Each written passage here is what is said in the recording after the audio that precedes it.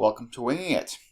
Today we're playing Arkham Horror the card game, and this is a very special run of Arkham Horror where I will be playing the intro campaign, the core box campaign, with only core box cards and explaining in detail how the game works. I'm calling this Arkham Horror the Card Game 101. I will be running with Roland and Wendy, two-handed, using decks that I have linked below. That video is very instructional if you are interested in how cards work, the various types of cards. I won't be explaining all of those in this video, so if you want to know the difference between events and assets and skill cards, that's the video to watch. I will also be going into detail each of those cards and how they work and what they do. I will be explaining the structure of turns and actions and rounds and how all of this stuff works in this video as we go through the Gathering, which is the first scenario of the three scenario campaign in the core.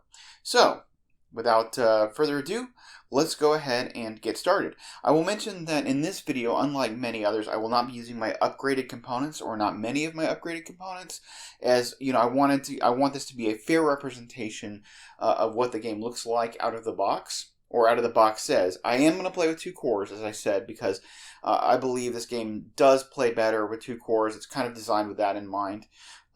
So I'm going to be playing with two cores.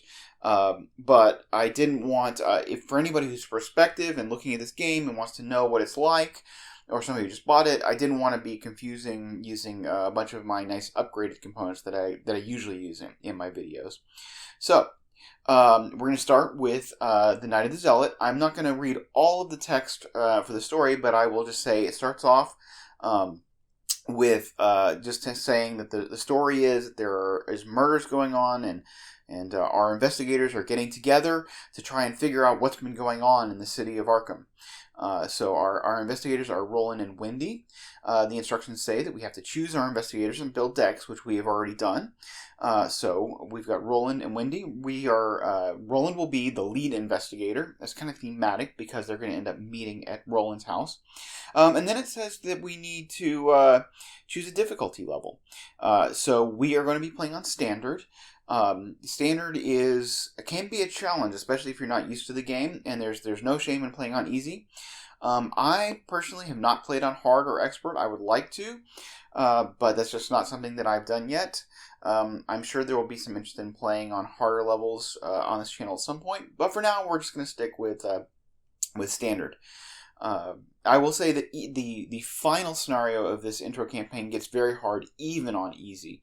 So what that changes is what the Chaos Bag looks at. So let's take a look at what the Chaos Bag looks like on standard. And here are the tokens that we put in the Chaos Bag.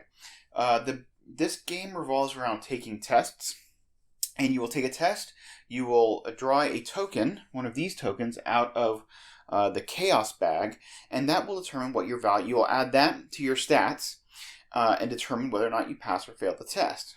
So, if say Roland here was taking a intellect test, that would be this 3 right here, and he was trying to beat an intellect test of 2, and he pulled a -2 token out of the bag, then he would end up at his 3 minus 2 would be -1.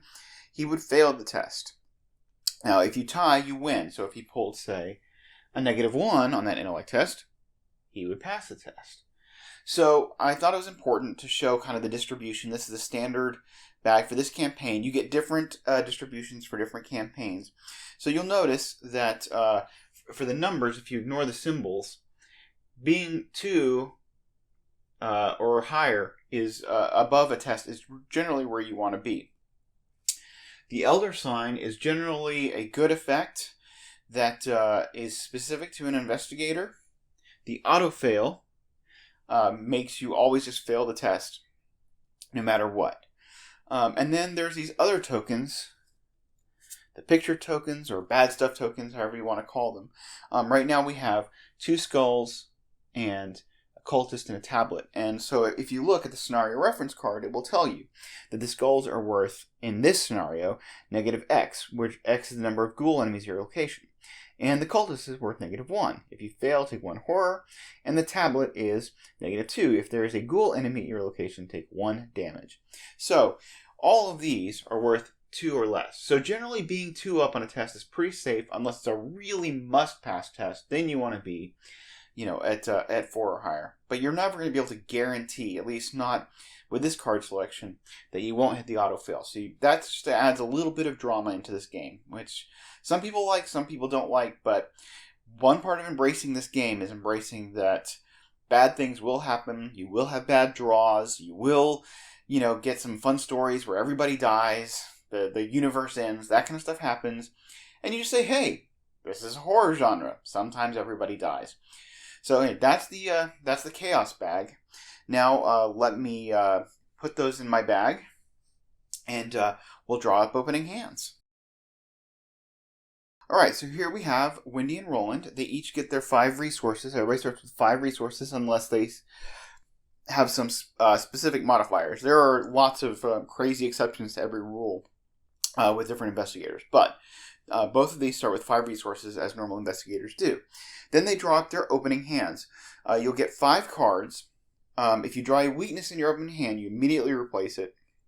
And then you have a chance to mulligan, which is you can throw away as many cards as you want and redraw them. Again, replacing weaknesses. And the mulligan in this game, you don't shuffle the card you discard back in for a chance to redraw them. When you're replacing cards, you just replace off the top of your deck, and then you reshuffle once you've settled on your opening hand. You only get to mulligan once. So we're going to go ahead and draw up 5 cards for Roland. Okay. Now the guide will tell, or the starting guide will tell you that you want to keep assets, and that's good basic advice. We actually drew a lot of assets. Roland likes having weapons. He's got his special, which is really good. He's got a 45 automatic, which is also good. Working a hunch, which is a good way to get clues. Vicious blow helps him do more damage to enemies. And physical training, which is a stat booster. So I don't think we're going to have enough money, resources to pay for a stat booster. I think we need some clue tech. I'm going to go ahead and keep both weapons because I feel like we'll need them as we go through this scenario. So I'm going to go ahead and keep his signature weapon is very good, and the 45 is also good. We will go ahead and throw away these 3 cards. And again, you don't shuffle them in the deck. You're just going to replace them with 3 more. And we're hoping to get some kind of clue tech. We got another working a hunch. The reason that working a hunch is clue tech, but its value is being able to pay for clues, and we're gonna spend a lot of resources getting weapons out. And we have guts, which is some good defensive tech, and we've got a beat cop. So if we can get the resources, beat cop will be nice because he gives us damage boost and he lets us soak damage and horror. So pretty happy with this opening hand. And then we will shuffle these cards back into Roland's deck.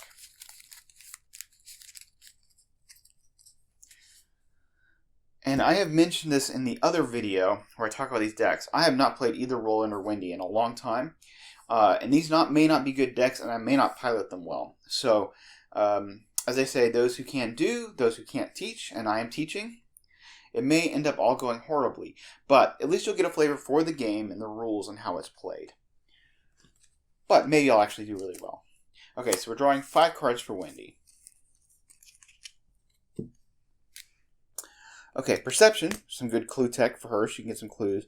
Sneak attack is not a great because you have to evade to use it, but it is a way she can do that. Look what I found, very good clue tech. I think I like that and the perception for being able to get clues. Leo DeLuca is a good good ally.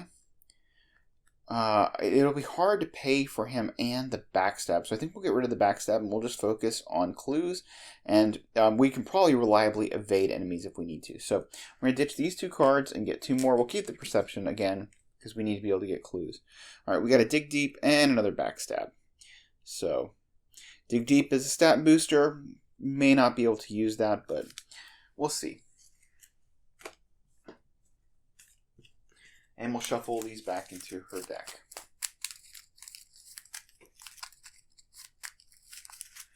Now that we've drawn up opening hands, it's time to set up our scenario.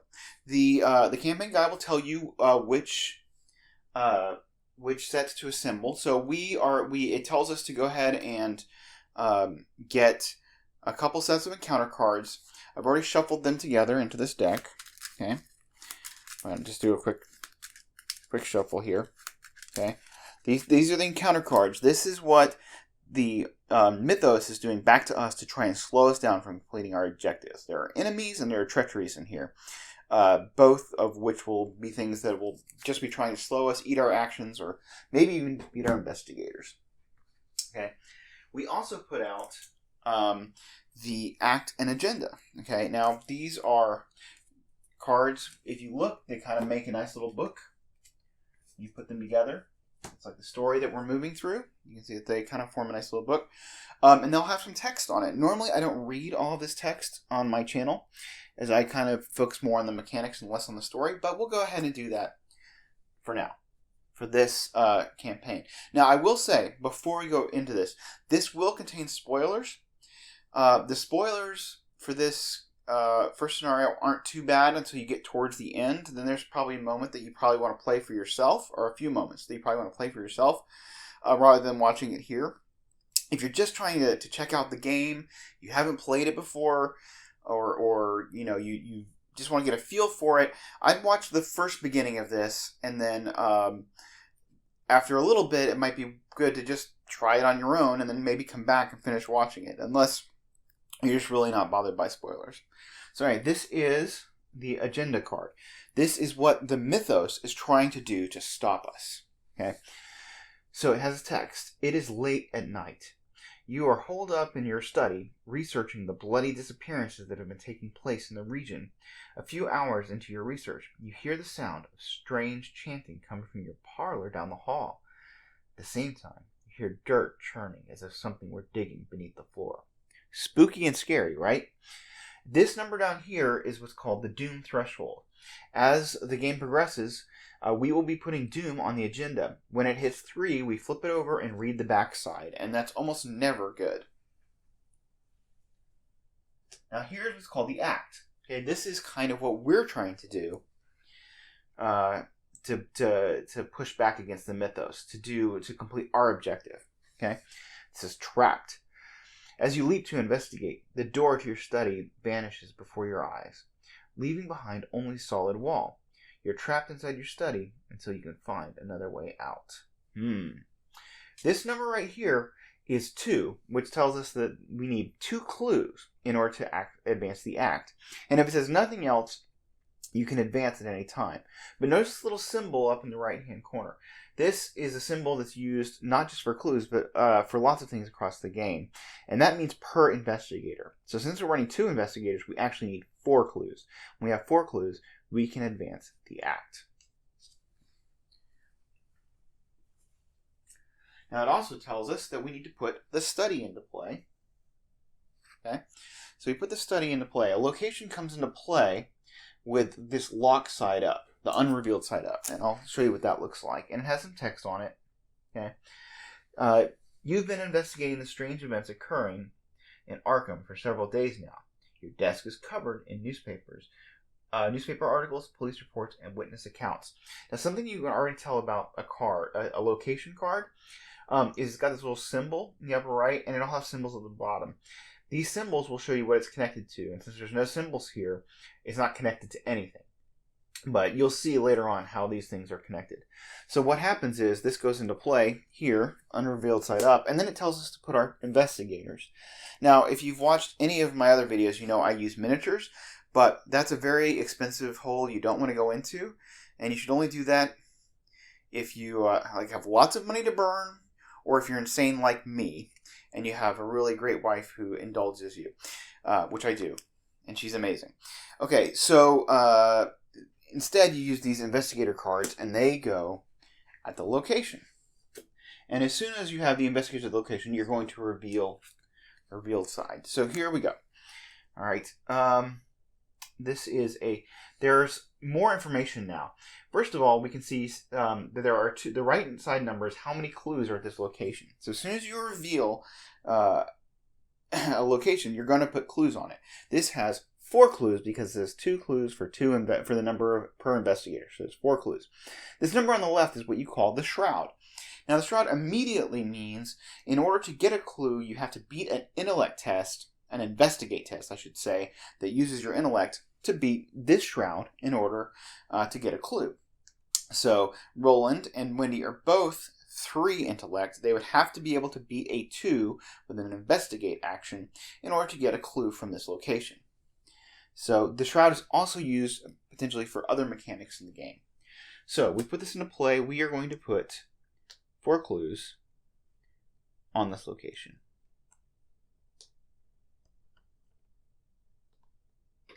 All right, and let's talk about actions. So on an investigator's turn, here are the available things an investigator may do. This is a nice little reference card that comes with the game. Okay, you can draw 1 card, gain 1 resource. So you could draw a card off your deck. You could get another resource. You can play an event or asset from your card. So you play a card, right? You would, if I wanted to play the automatic here, I could just pay the cost for the automatic, put it into play. That would take an action. You can move to a connecting location. So that's if we had another location, you could move. You can investigate your location. So notice these bolded words. Okay, these are all very specific actions that you can do. Investigate, again, is the action we were talking about to try and get a clue, trying to beat the Shroud using your intellect. Okay, fight or engage an enemy at your location. A fight action is to use your combat to try and do a damage, and you will do 1 damage. Now, you notice that this has a fight bolded word, but it says you get +1 combat and +1 damage. And this means that this fight is a better fight than like your standard kind of fight. And people will talk about punching as being like the normal fight action. So you can see words that are better versions or different versions of what the normal actions are. Okay, and then you can attempt to engage an enemy is when you are doing, there are advantages to being engaged with an enemy. An enemy will usually be engaged with somebody, and we'll go over when we finally see one what that looks like. But if an enemy is not engaged with you and you want to be engaged with an enemy, it takes an action to do that. Finally, there is evade an enemy engaged with you. So evade is using your agility, and if you are successful, you will that enemy will no longer be engaged with you, and they will be exhausted. And exhausted means that enemy would not be able to attack you. So that's the value of evade. And that's something that Roland would not be able to do with his 2 agility, but Wendy can do with her 4 agility much easier. Also notice the little lightning bolt and the little kind of swirly symbols. Those card abilities do not cost an action to activate.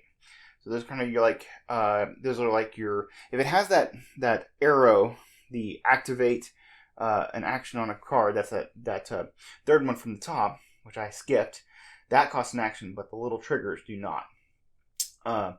So it says if you are engaged with an enemy, and so engaged with an enemy, again, we haven't really talked too much about what that means, and I'll go over it, but that means he's in your threat area. And spend an action to do anything other than fight, evade, or activate a parley or resign. And parley and resign don't show up here, but those are other actions you can also take. But they have to be kind of presented to you in the scenario. Each enemy engaged with you makes an attack of opportunity. So their attack of opportunity is a thing in this game, and it's basically if you take actions. So if you try to draw a card, or you try to get a resource, or even if you try to engage another enemy or a move, that will cause you to take an attack of opportunity. But you can always try to fight, always try to evade, always try to parley or resign.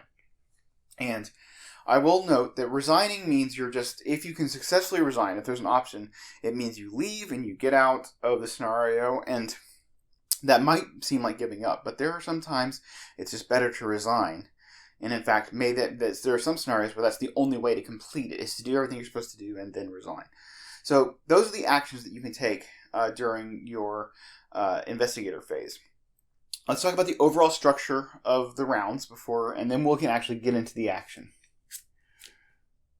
Okay, so this is the round sequence. So there is the Mythos Phase. Now, I will skip that for now because you do skip the Mythos Phase the very first round of the game. Okay, so the Investigation Phase, that's what we will be in right now. Each investigator takes a turn performing 3 actions. That can be in any order. It doesn't have to be the lead investigator first. It can be whoever you decide. You can communicate with other players at your table. Of course, since we're playing two-handed, we're communicating with ourselves. But it can be Roland one round, and the next round I could have Wendy go first. They take their 3 actions and are done. Okay. During the enemy phase, enemies with a hunter keyword move toward the nearest investigator. Okay, so not all enemies move. If they have hunter on them, they will move, and so that they will go ahead and move one location toward the nearest investigator. Then each engaged enemy attacks if able. So if an enemy is in your threat area and it's not exhausted, it will attack you.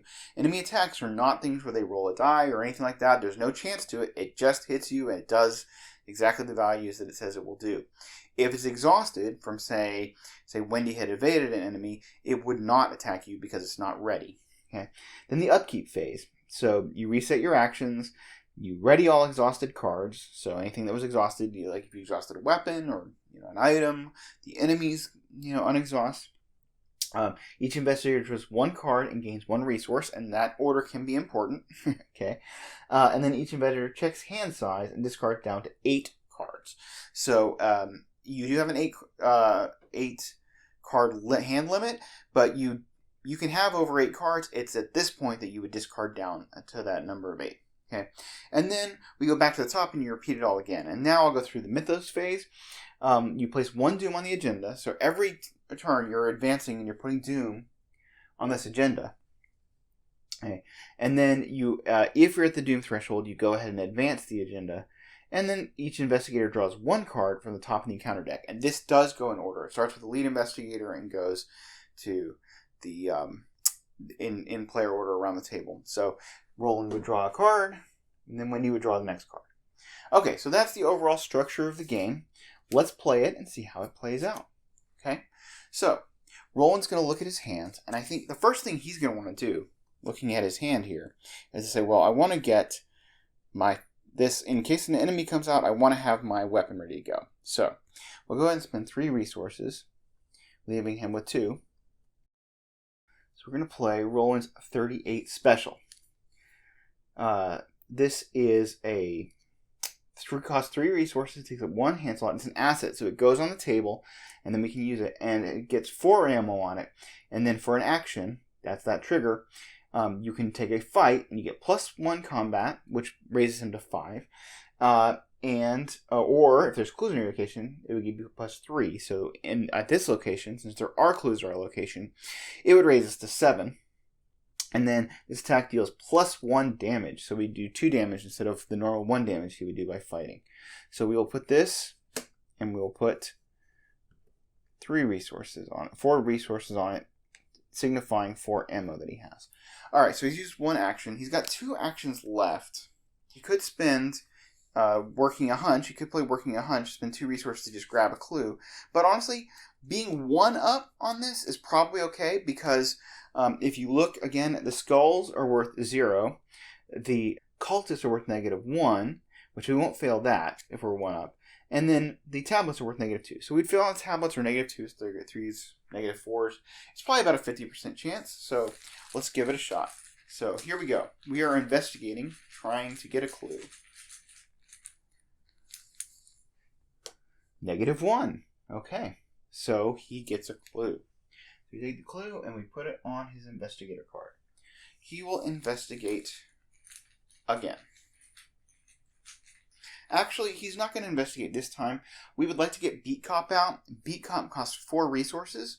So he's going to go ahead and spend a resource, or take an action to take a resource. And then during upkeep, he's going to get another resource. He can start the next turn by just playing Beat Cop, which puts us in a good position to defend ourselves. Okay, so now it's Wendy's turn. At this point, you would turn over your investigator card to show that I am done moving. Okay, so now Wendy, she wants to play Leo DeLuca. He is a very expensive asset. Ally asset takes up the ally slot. You can see it down here. He can soak 2 damage to horror for her. But he gives her an extra action every turn. So if you can get this out turn 1, it's very worth it. But she's only got 5 resources. So she will take an action to take a resource. Then she will play all 6 of her resources to put down Leo DeLuca. He goes in front of her. And she has 2 actions left, which she will just try to investigate. And she will do what's called commit Perception. Now, Perception is a skill card, so she is pumping up her intellect by using these 2 intellect icons on the left. So that gets her from a 3 to a 5. So she's going at 5 versus 2. She's only losing to the -4 and the auto fail.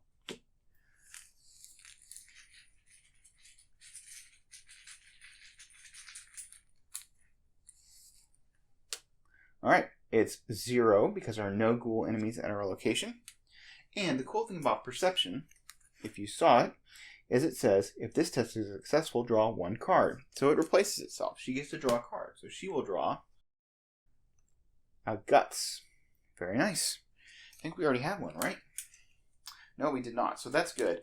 Guts is good because, you want to be able to defend against a lot of treacheries that do willpower checks. So she did get the clue.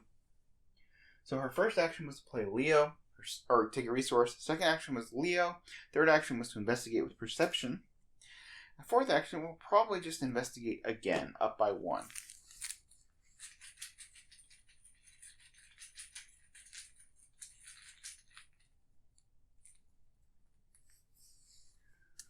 Oh, -4. We failed.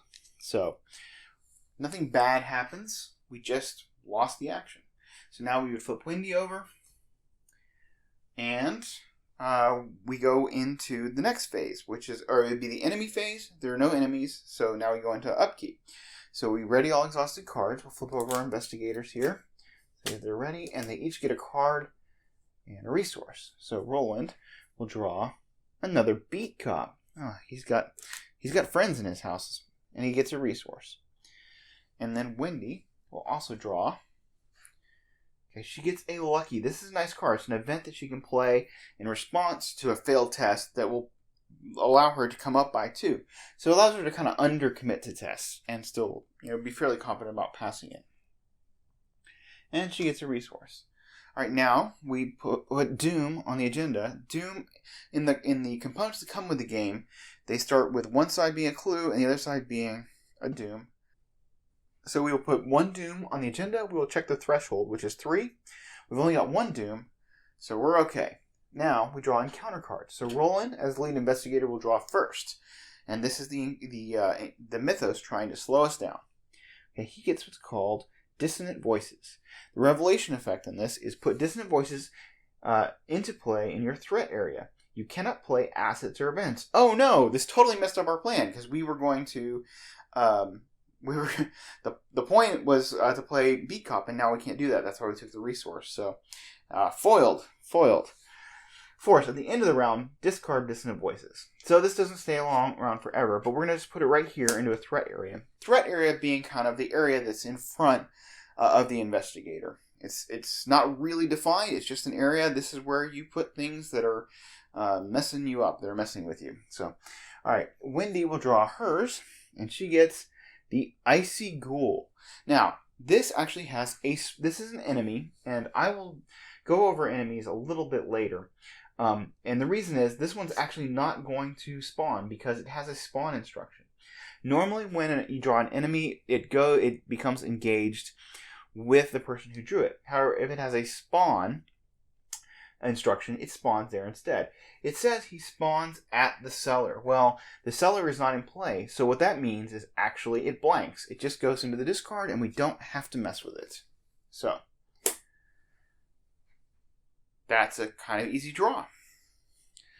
Alright, now given that Roland can't actually play assets or events, he can't play his beat cop, we probably will just investigate. So, up by 1, we'll try to do that.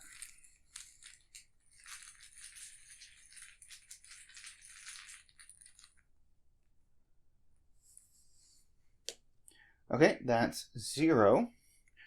So he's at 3v2. He gets the clue. and he'll investigate again.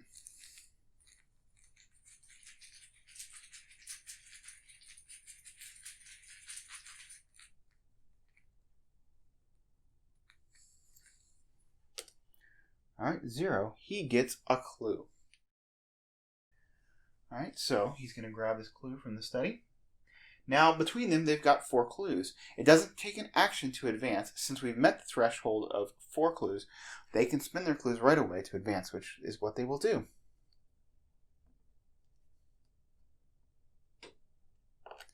So now we flip over this act and we get to read the backside of the act, which says, you notice the edges of your newly purchased rug are tattered and mud-stained. Finding this odd, you shift the furniture aside and pull back the rug. To your surprise, you see the door leading out of your study. You slowly turn back the knob. The door swings open, revealing your hallway below. You jump through the doorway, landing on your feet on some soft dirt. The door to the study slams shut above you. The smell of burning wood fills the narrow hall, intermingled with the scent of rot and decay. Put this aside hallway, cellar, attic, and parlor. Discard each enemy in the study, place each investigator in the hallway, and remove the study from the game. Alright, so we will do all of those instructions. So we remove the study, and we move them into the hallway, the attic, the cellar, and the parlor. Now here's where I am going to use one of my upgraded components. This is actually the first upgraded component that I purchased for this game, way back when. Some players like these, some players don't, but I find it helps me to have something to indicate my connections. So again, I'll show these a little bit closer, but you can see the top of this shows that this is a red square, and we know that it's connected to the blue triangle, the red plus, the green diamond. And if we look at this other card, we can see, oh hey, it's a blue triangle. So we know that these two are connected. And we know that this one is connected back because it connects to the red. So we know the red connects to the blue and the blue connects to the red. So looking at these connections, we can establish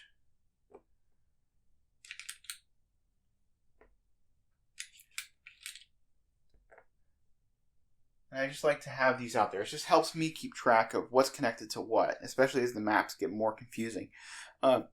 These I bought from Buy the Same Token. Orbits also makes connectors that function kind of the same. So if that's something you're interested in, you can check them out. Other people have used other things, and people have even used like toothpicks or made their own. So, but it's definitely an upgrade that I've enjoyed, and like I said, one of the first ones I bought. So, back to the game, it is worth noting that the parlor here says the entrance to the parlor is blocked by a dark, glowing, unfathomable barrier. You cannot move into the parlor. So, even though we have a connection to it, it says we cannot move into it. So we can't do that. Something else will have to happen. Okay? We are in the hallway, which says, a moment of panic and disorientation strikes you as you land upon the floor of the hallway. The world spins as if it turned on its head. But since we're here, we can flip it over and read the other side. Okay, it is a 1 shroud, 0 clue location. Now you might think, wait, why does it have a shroud if there's no clues? Well, there are some mechanics that operate off of the shroud value if there's not clues. And there are some mechanics in the game that will make you drop clues. So almost every location in the game will have a shroud value, even if it doesn't have clues. Okay? And it does say, it has this flavor text, the walls of your house are splattered with mud, and your hardwood floor is gone, replaced with a dirt path. Spooky. Now to our left, we have the cellar, which says, the stairs leading down to your cellar are slick, and they glisten with a layer of ice. And the attic, the smell of rotten meat assaults your nostrils as you approach the attic stairs. Now, we're not there, so we can't see these. So now we have more of a map, and this is the intro scenario, just kind of teaching you a little bit about movement here. Now, since we have advanced to the next act, we're going to go ahead and read the next act. Okay, this is the barrier. A glowing barrier blocks the path to your parlor. As you move toward it, intense heat forces you to back away. Picking up a handful of dirt, you toss it at the barrier and watch in horror as the dirt incinerates. Perhaps there's something in the cellar or attic that can help. Objective. When the round ends, investigators in the hallway may, as a group, spend the requisite number of clues to advance. And we are looking for 6 clues.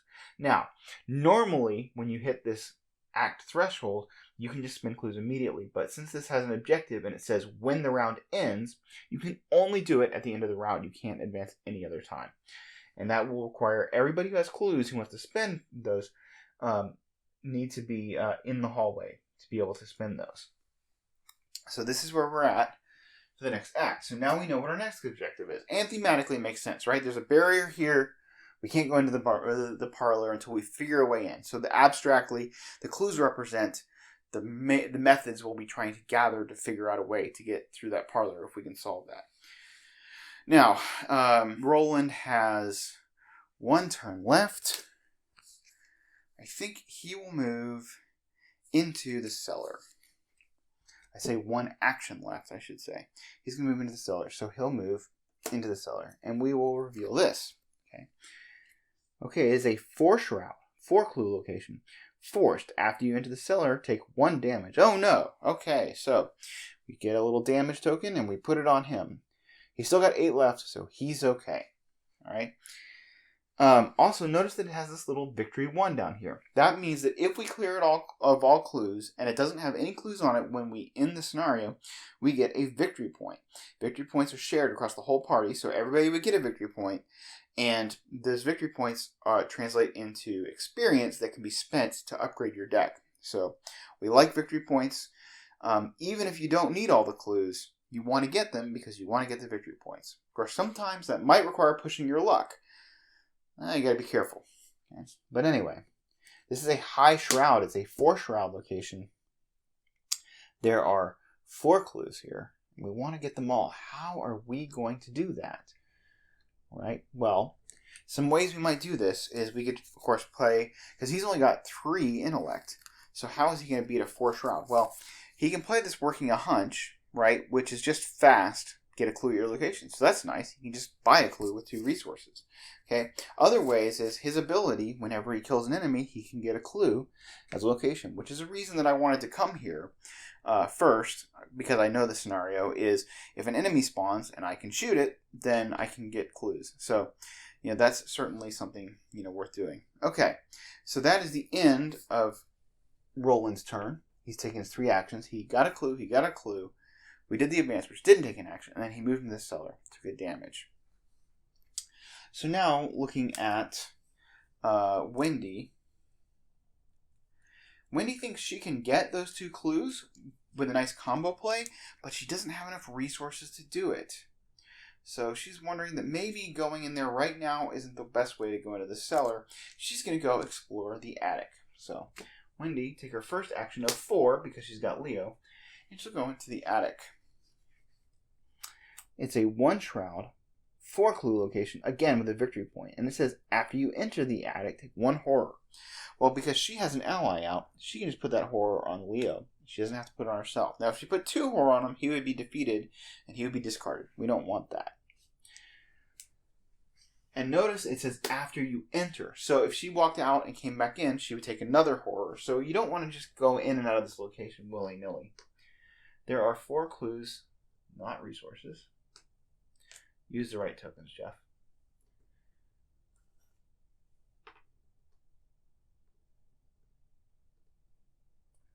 Okay, so she's taking her 1 action to move in there. She is 2 up on this investigate, so she doesn't mind just trying to investigate this to try and get the clues. Because she has 3 intellect. So, she's going to go for this. Investigating up by 2. Alright, she gets a skull. 0. She gets a clue. She's going to investigate again.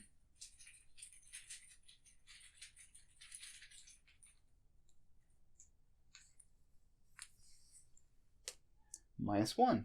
She gets a clue. She'll investigate again.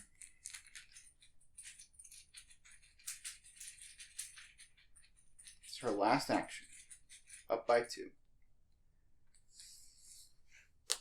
A 0. Okay. Having some pretty good luck. Although, these tests, she had very good odds of passing them. Alright, so she is done. Okay, so now we ready our cards. Ready Roland. Ready Wendy.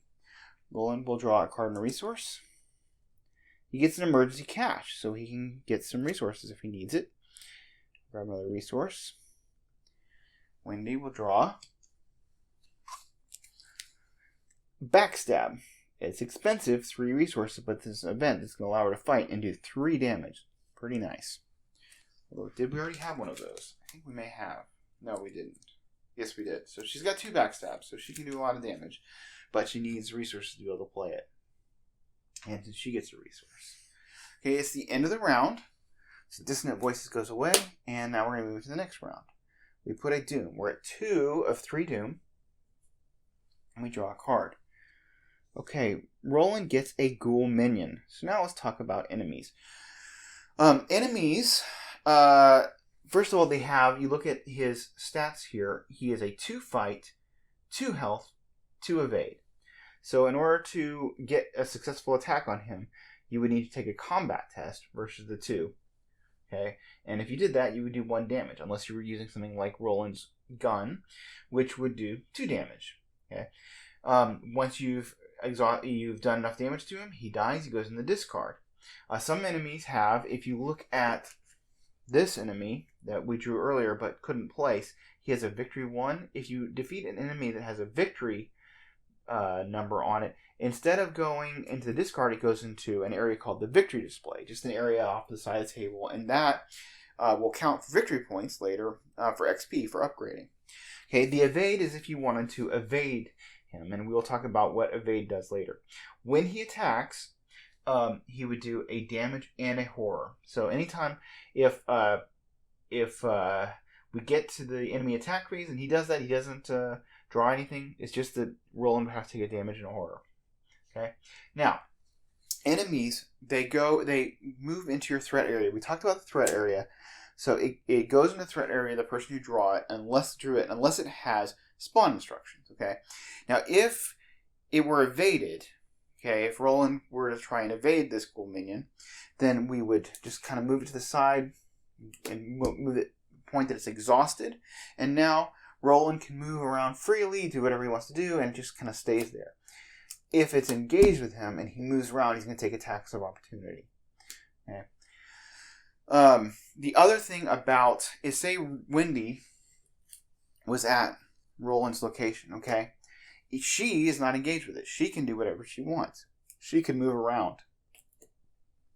If she attacks it and misses, her damage would go to Roland because he's engaged with it. If he exhausted it and she attacked, it would not go to Roland if she missed.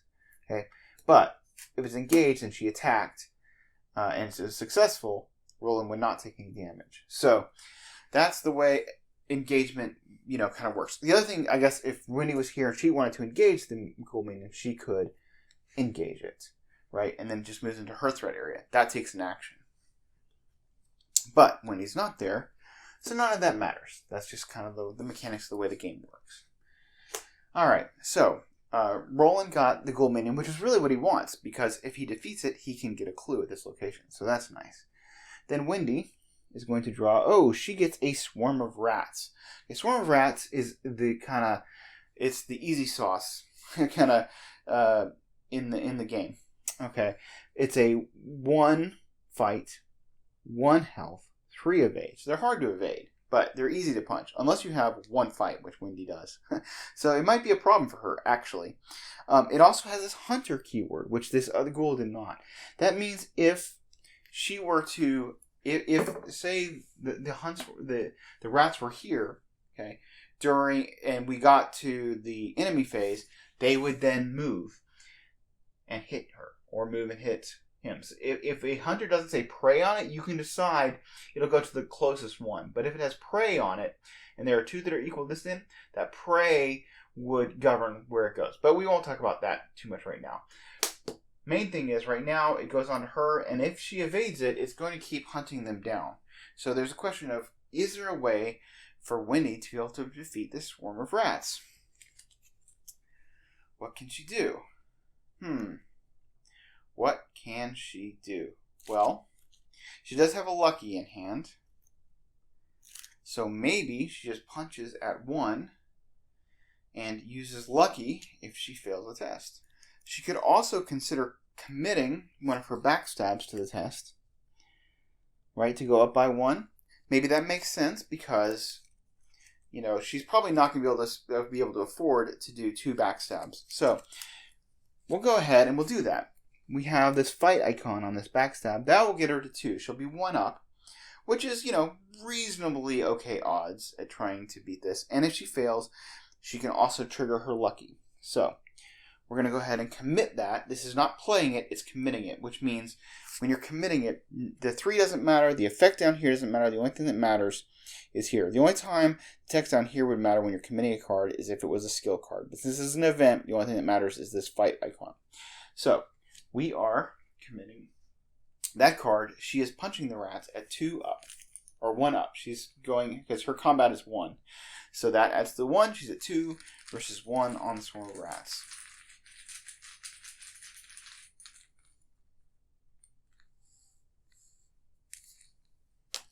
Okay, it's the number of ghoul in Mi's 0 location, which is 0. So she has defeated the swarm of rats.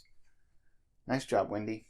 Alright, she has 3 actions left. She's going to investigate to get that from the attic.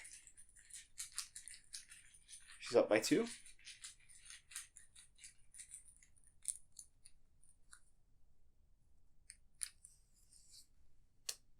-1. She has gotten the clue. She will grab this clue.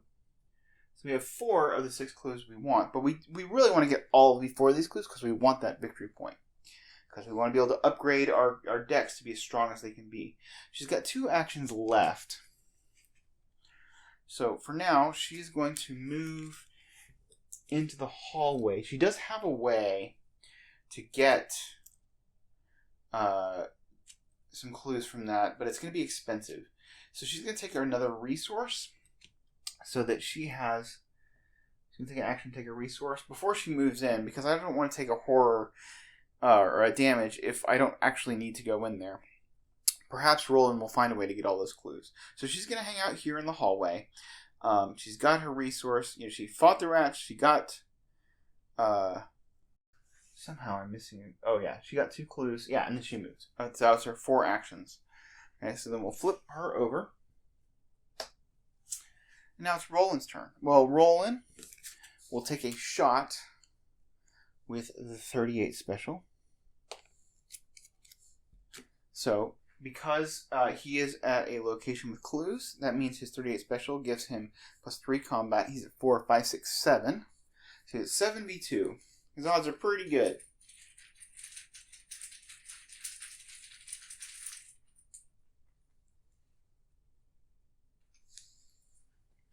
Okay, -3.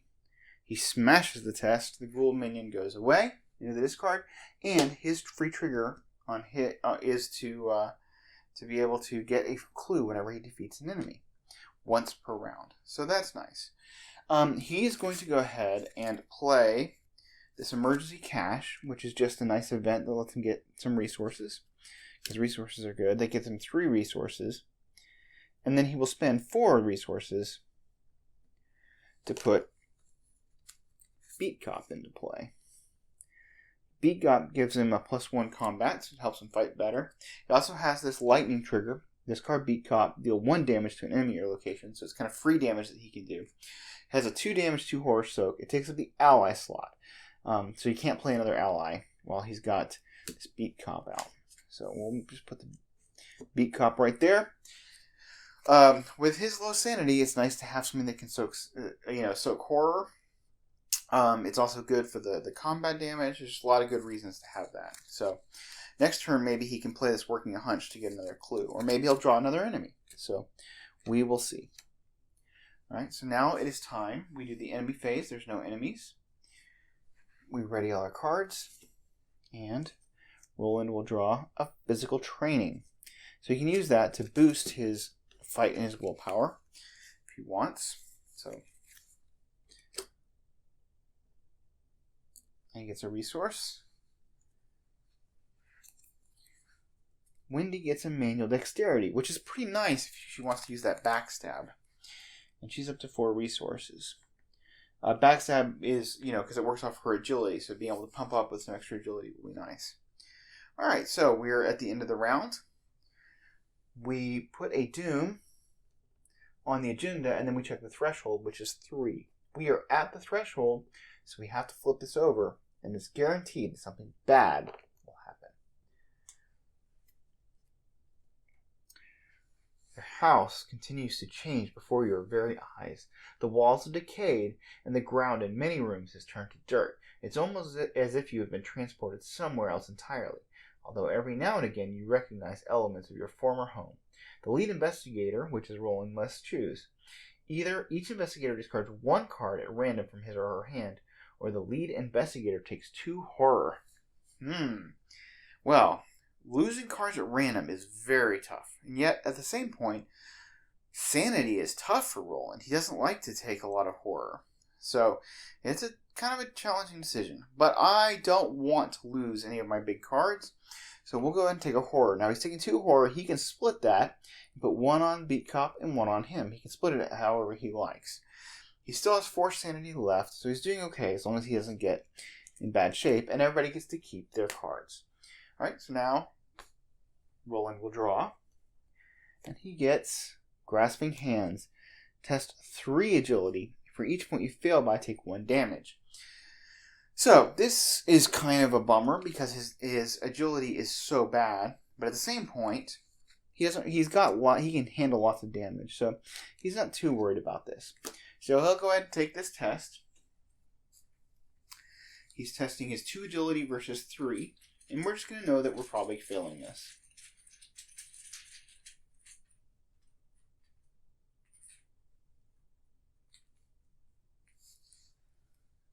Okay, 0. Well, he does fail. He fails by 1, so he only takes 1 damage. That's pretty good.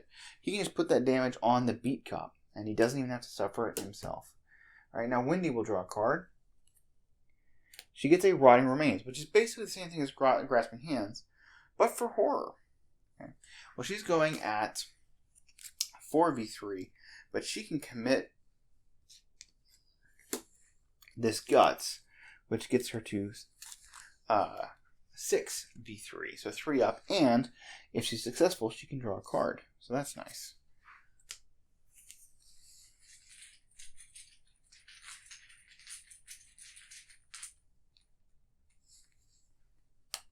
-1. She passes, so not only does she not take horror, but she gets to draw a card, and she draws another Leo DeLuca. So he's not very useful, because she already has Leo in play, and she can't play this because he's a unique ally, so you can't even override him. But he can, if she's trying to pass an intellect, she can use the intellect on him to try and pass that test. So that's pretty nice. One thing I forgot to do is when we advanced to the next agenda, we should have read this. So it does say, the floor beneath you is giving way, and you see a vast network of tunnels twisting into the darkness below. Shapes and silhouettes of strange creatures move swiftly through the tunnels, trying to find a way up. You probably don't want to be here when they do. I think that is probably good advice. And that is a 7 doom threshold. So let's try to get out of this house. So how are we going to get out of this barrier? We've got all these clues to get. Alright, so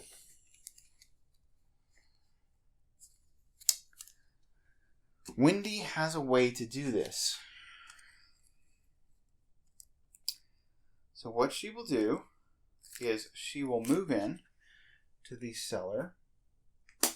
She will take a horror or a damage. If she takes damage, she can put that onto Leo DeLuca, a good friend. Now she's investigating. She will commit that Leo DeLuca right, that we just talked about, to get her to 4v4. So the way this works, that's nice, is that she can play, if she fails the test by 2 or less, she can play this event, look what I found. So we're kind of expecting to fail this test. It costs us 2 resources, and then we would get 2 clues. So that's pretty nice. But if we pass the test, hey, we passed the test. No big deal. So we're going at 4v4.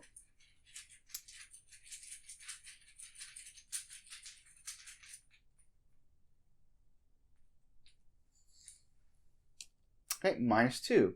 Well, we failed by 2. So we can spend 2 resources. And we can play, look what I found that it talks about, which again says fast, which means it doesn't take an action. Play after you fail a skill test by 2 or less, which we did while investigating, and discover 2 clues at your location. So this just goes into the survivor theme of mitigating failure. Not making failure so bad. So Wendy has got 2 more clues. Alright, so she took an action to move in. She took an action to get that. Then I think she will move back to the hallway because we know Roland can get the last clue. So, third action, she'll move to the hallway, and because she's got Leo in the 4th action, she's going to go ahead and take a resource so that she could potentially, play one of these other expensive cards like Backstab that's in her hand. And Roland can spend 2 resources of his 5 to play Working a Hunch, which is a fast card. It doesn't take an action. Play only during your turn. Discover 1 clue at your location. Well, hey, he discovered a clue at his location. Now, there must actually be a clue at your location to play this, or to discover it. You can discover a clue at your location if there isn't one to discover. So he hasn't taken any actions yet because that was a fast card. So he will move here because we need to be here to spend our clues, but we are ready to advance. He's got 2 actions left. And it makes me wonder, what are we going to do? Well, I think what I'll do is I'll spend 2 resources to put into play physical training. And physical training is what we call a stat booster. He can spend these triggers during a test. So you can spend 1 resource, you get +1 willpower for the skill test, or spend 1 resource, you get +1 fight. And you can do this over and over again. So if you had 10 resources, you could boost your fight by 10 for 1 test. These cards aren't fantastic because, you just saw he had 3 resources. We spent 2 of them to get into play. He doesn't have much left to spend on this card. But it's still pretty nice to have in play. So we'll just put this into Roland's kind of asset area. And we have 1 action left. We'll go ahead and grab a resource so that we actually have something to spend on that stat booster.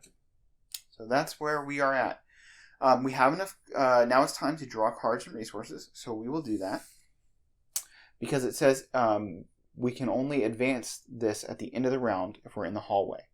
So it's not the end of the round until after we've drawn cards and resources. So Roland will get an Unexpected Courage. This is a skill card. It just lets him boost a stat by 2. It's wonderful. And then he gets a resource. So he's now up to 3 resources. And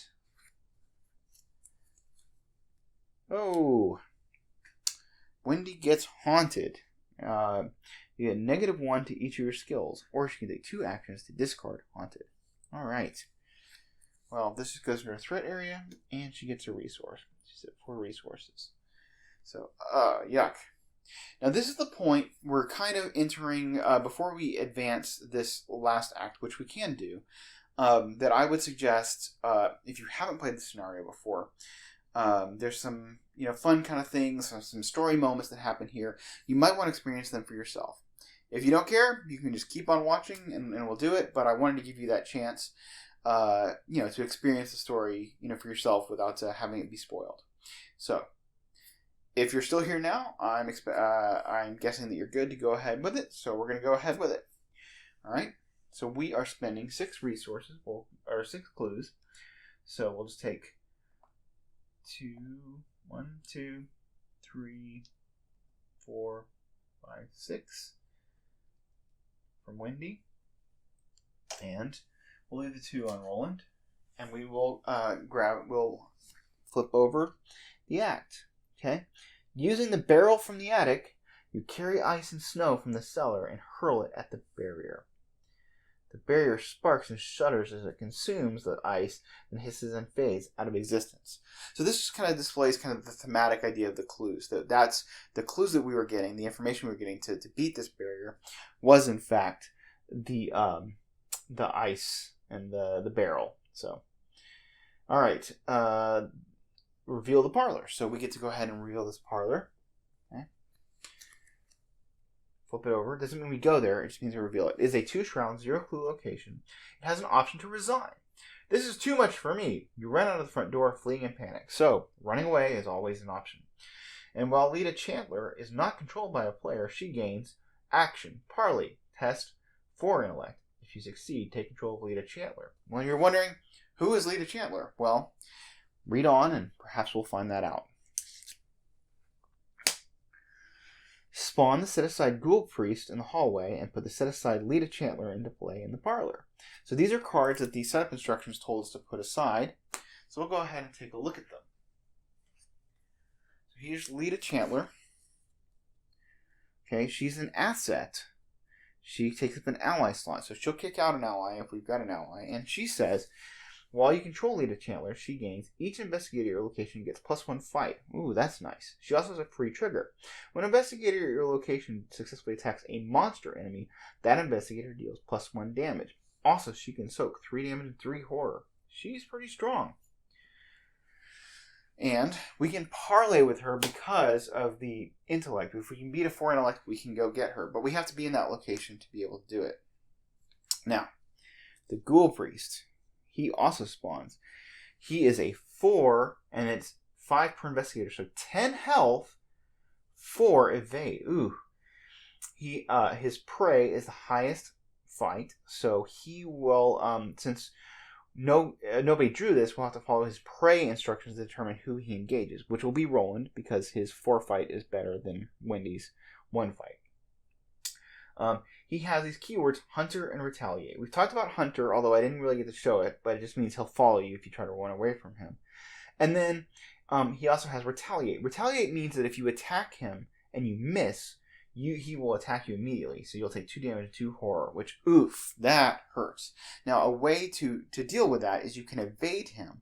And if you evade him when he's exhausted, he will not retaliate. So there is some advantage to potentially evading him. And then, you don't have to worry about taking the damage and horror. So he engages with Roland because of Roland's fight. He also, I should have shown this, he also has a victory 2. So that's worth a lot of XP if we can defeat him. Now let's read the next act. What have you done? A woman with a torch stands in your parlor. That woman would be Lita Chandler. What have you done to my barrier? She screams, furious. Before you can answer, a ghastly wail sounds behind you. A creature wearing robes and a deer skull mask tears through the wall, advancing toward you. Objective: if the Ghoul Priest is defeated, advance. So we just need to beat up this guy. We got to figure out a way to do 10 damage to him. Can we do that? Who knows? Alright, now we have to draw some encounter cards. But first, we put a Doom on the agenda. So we're doing that. And then we draw encounter cards. Roland gets Dissonant Voices. You cannot play assets or events. I feel like we've done this before. Okay, so this goes into his threat area. And we get Ancient Evils. Revelation. Place 1 Doom on the current agenda. This event can cause the current agenda to advance. Now, that effect can cause the agenda to advance. That's important because often, you usually only check the Doom threshold and advance the agenda during when you put the Doom on it during the Mythos phase. But this Ancient Evils, if we were, say, sitting at 6 Doom, would cause us to check right away, and we would advance right away. So Ancient Evils just takes turns away from you, and it's regarded as one of the worst treacheries. So it's not hurting us too much here. So now we got to wonder, how are we going to do all this damage? So that is a good question. So I think what we want to do, this Haunted getting -1 to all of her skills is really not good for us. It's really not good for us. But we kind of would like to turn off the Ghoul Priest Retaliate. Because I think Roland can do... Well, he's got 3 shots. If he doesn't miss...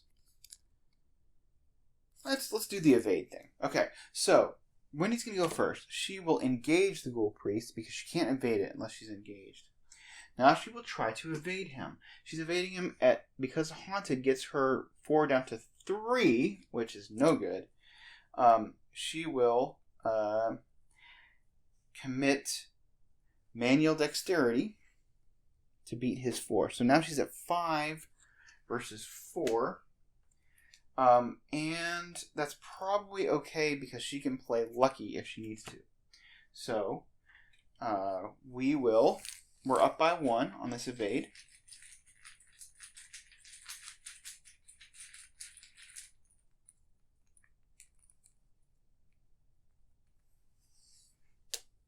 Okay, that is the number of ghoul enemies at your location.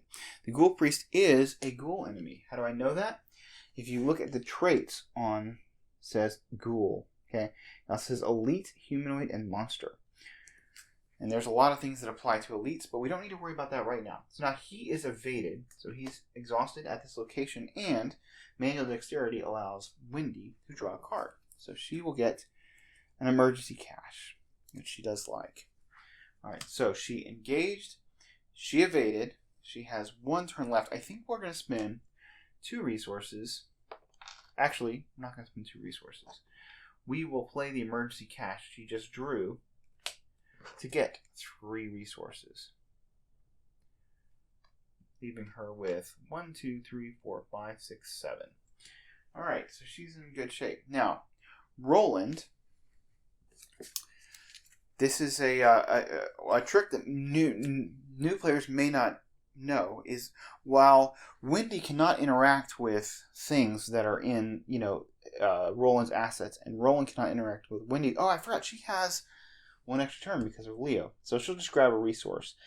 Actually, we'll spend 2 resources and put down Dig Deep.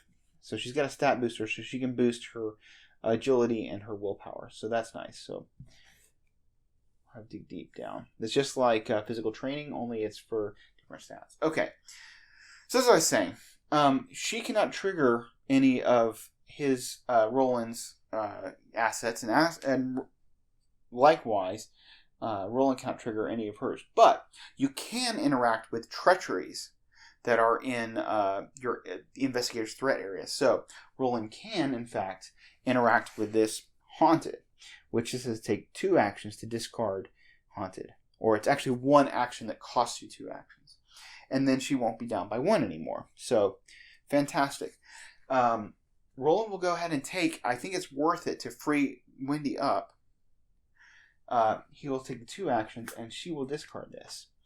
And now, Roland can go ahead and attack the Ghoul Priest, and he doesn't have to worry about retaliate, which is nice. So if he misses, it's not a big deal. So he's going to take a shot with his special here. Okay, he takes an ammo off of it. He's at 4, and he gets 1 for the beat cop and 1 for the special. So he's up by 2 on this fight. So that's pretty decent. We'll go ahead and up by 2, and hopefully we will hit the Ghoul Priest. We could boost his combat, but being up by 2 is generally going to be okay. There's still, a good 25% chance that we miss, but here's hoping.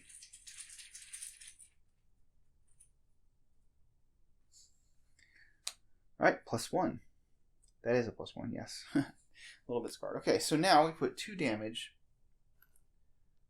on the Ghoul Priest. Okay, so now he re-engages. It's the enemy phase. He re-engages.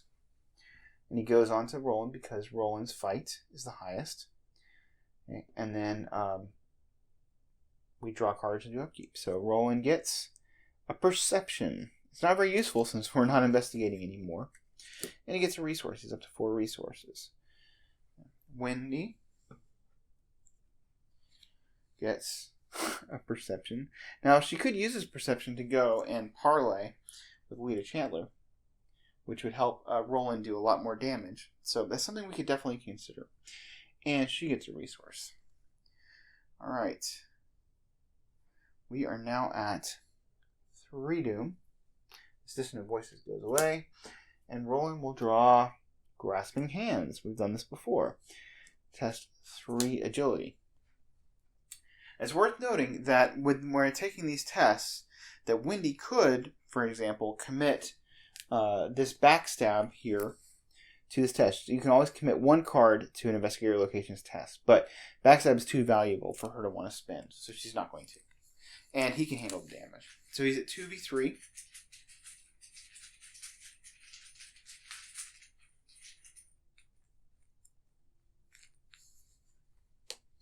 Alright, the number of ghoul enemies at your location, which is 1.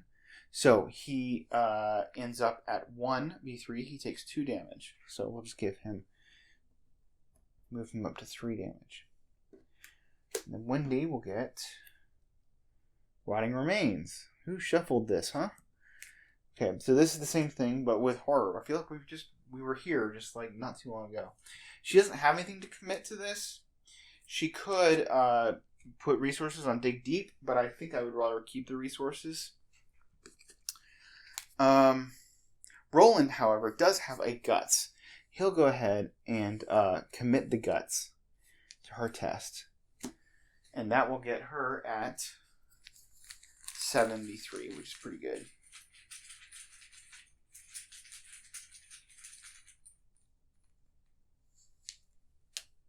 Elder Sign. So her Elder Sign, then we have to look. It says +0. If Wendy's amulet is in play, you automatically succeed instead. Well, her amulet's not in play. She doesn't need to automatically succeed, but she succeeds anyway. And Roland gets to draw a card because of Guts. And he gets another Perception, which is not very useful. But the Rotting Remains goes away. Okay, so now Roland is probably going to just try to, well, let's see, I think Wendy will evade. Yes. I think Wendy will just keep doing her evade thing because that's what she does best. So she will engage the Ghoul Priest. Okay, she will evade. She's at 4v4. She can spend 2 resources on her Dig Deep. Does she want to do that? I don't think so.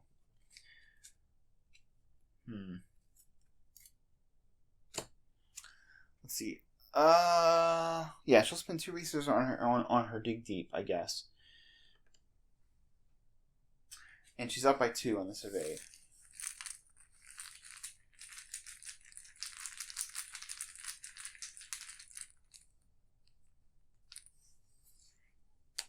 Zero. So the Ghoul Priest is evaded. He will no longer retaliate if they shoot and miss. Now she could go parlay Lita and come back, but I think what she wants to do instead is to play this backstab event, which will do 3 damage to him, which is a lot. So to do this, she's going to spend 3 resources, and now she's using her agility to beat his 4 combat. She's at 4 agility versus his 4 combat, which is not great. So she has 2 actions. The first thing she'll do is actually, no, I think she's okay with, she will take a resource before she does this.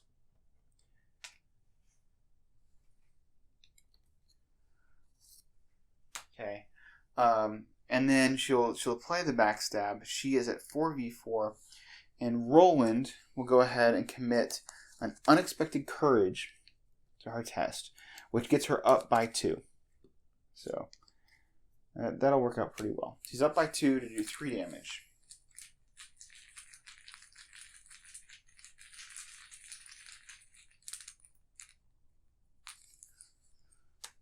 Okay, -1. I haven't once gotten to use Wendy's ability, which is she can pitch a card to redraw a bad token. But anyway, we won't worry too much about that. Okay, that's 3 damage to the Ghoul Priest. So, okay, so she is done. I keep forgetting to flip them over. I don't usually do that with when I'm playing with the miniatures. All right, so he is at 5 damage now. And so it's Roland's turn to try to do some damage. So, we're up by 2. I think I'll take this this time to spend 4 resources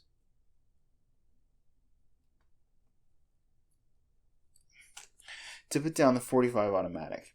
And the reason I'm doing this, it's another weapon. It's very similar to the special, and it takes up. He's got 2 hand slots. Takes up another hand slot, so it's okay to have both of those in play. My thinking here is just that if I miss against the Ghoul Priest, I want to be able to have another weapon out, so I don't take an attack of opportunity trying to get another weapon out if things go bad, because I may not hit with both these shots. So it's just kind of a backup weapon.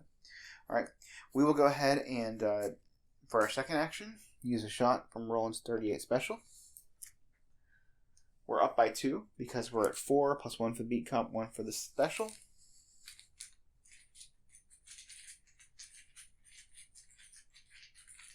Again, it was important to turn off his retaliate because otherwise I'd want to be up by 4, so only the auto fail would cause me to fail. But since he's evaded, I'm okay being up by 2.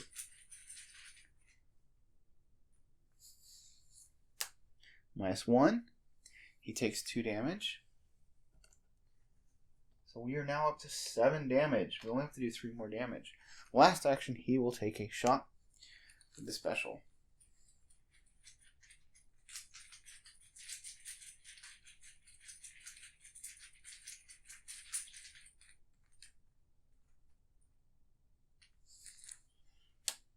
Okay, this is -2. If there's a ghoul enemy at your location, take 1 damage. Now, before we resolve the test, we have to resolve the token effect. So we do take a damage. So Roland is now at 4 of 9 damage, but he's okay. And we do 2 more damage to the Ghoul Priest, leaving him at 1 health left. Now, we can actually discard our beat cop with this free trigger action, which it just says discard beat cop, deal 1 damage to enemy to your location. We can deal 1 damage to this Ghoul Priest, and he is defeated and goes into the victory display. And that doesn't cost an action, just something we can do. And it's free damage, don't have to take a test, and he goes into our victory display. So we get 2 victory points for him. And since we met our objective, the Ghoul Priest was defeated, we can go ahead and advance. Okay. When the rogue creature falls, the fiendish swarm burrows back into the ground, and the chaos of the house quiets.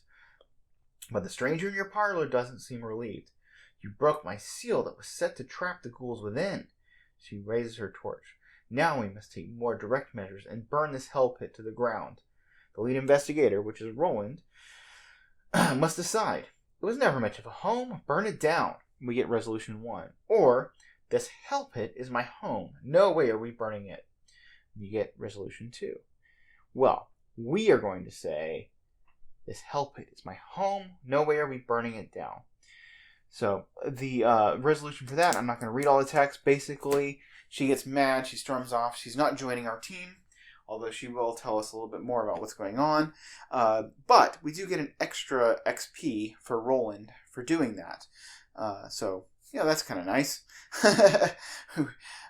So they have XP to spend. We got the XP from the attic, from the cellar, from the Ghoul Priest. We get 4 XP for that, and if I recall correctly, we do get just 2 XP just for being successful in getting resolution 2. So yes, we get 2 bonus XP, and Roland will get 1. So Roland will have 7 XP to spend, and Wendy will have 6 XP to spend. So anyway, that is the Gathering. I think I was able to explain quite a few mechanics of the game, and hopefully this shows how the game plays. It might be helpful to new players getting into it, and you can find out, at least dip into why Arkham Horror is really my favorite, board game, tabletop game, card game, in that genre. I really enjoy it a lot. That's why I make this content, and I hope that if you like this, you'll look into some of my other videos and see where some of the more creative mechanics, and this is a real simple scenario that just gives you a dip into the game, but this game gets really cool with a lot of neat mechanics, a lot of neat investigators, and a lot of different unique abilities, and there's just so much to dive into. if you're just getting started in this game, a couple of pieces of recommendation I will give you is that you would check out 2 podcasts that I wrote. There's a lot about podcasts that are good, but the ones that really helped me as a player improve or just get into this game are Drawn to the Flame and Mythos Busters. Drawn to the Flame has playthroughs. They talk theory. They get into cards just a little bit shorter. Those guys are great about that kind of stuff. I would say that Mythos Busters, they talk. It's a little bit more of the social scene, kind of talking about things at a higher level. The Mythos Busters Discord is a great community. I highly recommend joining their Discord. And it's just a wonderful community of people who talk about this game. They're very encouraging people to be around. They're nice and very smart. And that rules channel is the best place to go if you're ever confused about rules. And make no mistake, this game has a lot of rules and a lot of interactions. And there's, I probably got some wrong, even as I'm trying to clear things up and create a resource. So that rules channel is very, very good. So anyway, if you've enjoyed this content, I hope that you will look at some of my other videos that show some of the way this game expands and how just truly wonderful it can be. And if there's interest, I will continue this campaign. Probably not explaining any of the mechanics that I've already explained, but the next scenario opens up the map a little bit, introduces some new ideas, and I'd love to continue that on. So anyway, thanks for watching, and I hope to see you next time on Winging It.